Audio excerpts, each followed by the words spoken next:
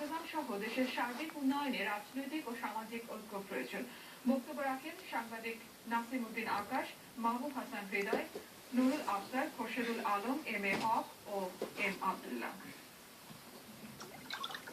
বিএনপির ভারপ্রাপ্ত মহাসচিব মির্জা ফখরুল ইসলাম আলমগীর সহ বিরোধী দলীয় নেতাকর্মীদের গ্রেফতারের প্রতিবাদে সৌদি আরবের জেদ্দায় এক প্রতিবাদ সমাবেশের আয়োজন করে স্থানীয় মহানগর যুবদলের আজিজিয়া শাখা।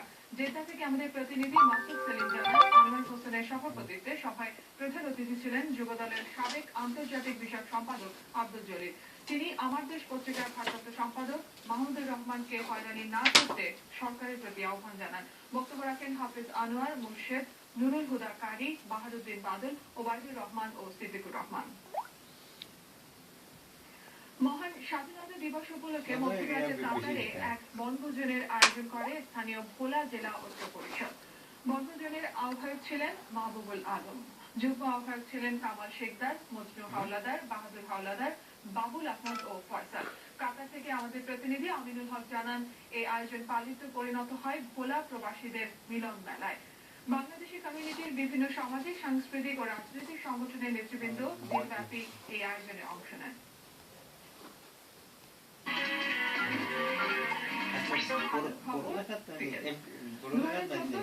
এশিয়া কাপের আয়োজক থাকার কথা ছিল, কিন্তু নানা কারণে সাংবাদিক তালিকা থেকে নিজেদের সরিয়ে নিয়েছে তারা।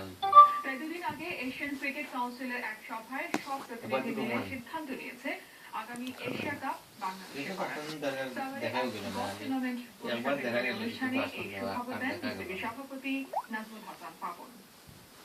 যেহেতু ওয়ার্ল্ড কাপটা আমাদের দেশে হচ্ছে 2014-তে মার্চের 16 তারিখে শুরু হবে, তো এটা হবে আপনার ধরেন ফেব্রুয়ারির দিকে। সো আমরা বলেছিলাম যে এটা যদি বাংলাদেশে হয় তাহলে আমাদের সুবিধা হবে, সকলের সুবিধা হবে। ঠিক ওয়ার্ল্ড কাপ টি20-র আগ মুহূর্তে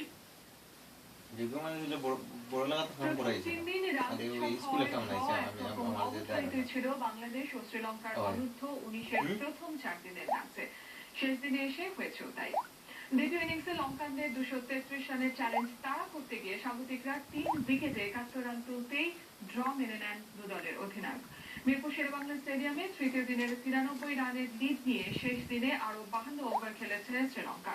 140 রান উইকেট ছাড়ায়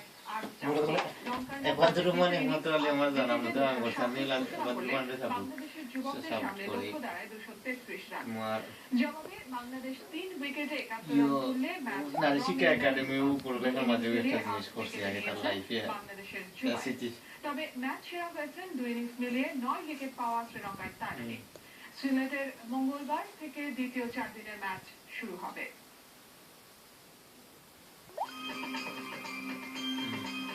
আমি শিক্ষিত যে এমনিতে শিক্ষিত ঠিক আছে, তার লোক ছেলেবেলা এটা পোষা মারি আর নেমে যেন রাস্তাঘাট উন্নয়ন এই সেই বৃষ্টি কিংবা সবার রাস্তাঘাট এটা করাইছে না। দেশে যখন চলছে বর্ষবরণের প্রস্তুতি, ঠিক তখন যুক্তরাষ্ট্রের টেক্সাসে প্রবাসী এবং বড়লাগারে সুন্দর করছে না, সুন্দর করছে না। বড়লাগারের জন্য গাড়ি টেকার মধ্যে আপেল পেশেন্ট যেন রাস্তা কারণ দোকান শুটিং রাস্তার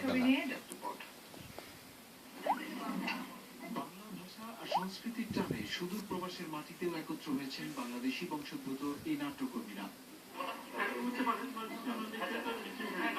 টেক্সাসের অস্টিন শহরে গড়ে ওঠা এই নাট্যদলের সবাই এখন ব্যস্ত পয়লা বৈশাখের উৎসবের মঞ্চস্থ হতে চলা নাটকের রিহার্সেল নিয়ে। জীবনের প্রয়োজনে কাজের ব্যস্ততার মাঝেই নাটকটি রচনা করেছেন এই নাট্যদলের এক কর্মী। সমসাময়িক উল্লেখযোগ্য রাস্তা করিয়া এরপরে বিভিন্ন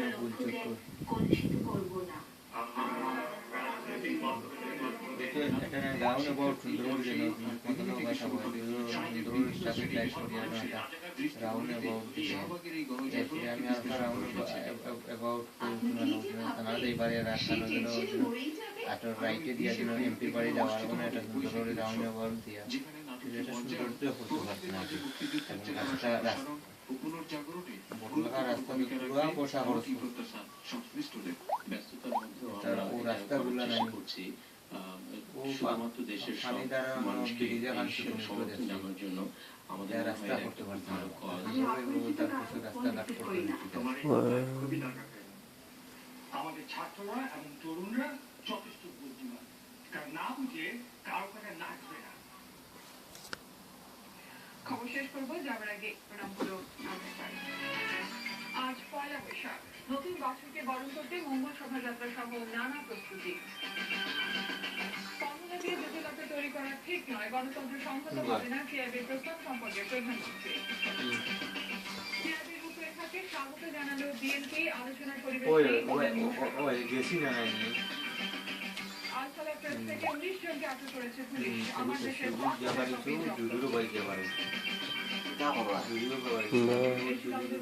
খবরে সকালের খবর দেখার আমন্ত্রণ রইল। ধন্যবাদ সবাইকে।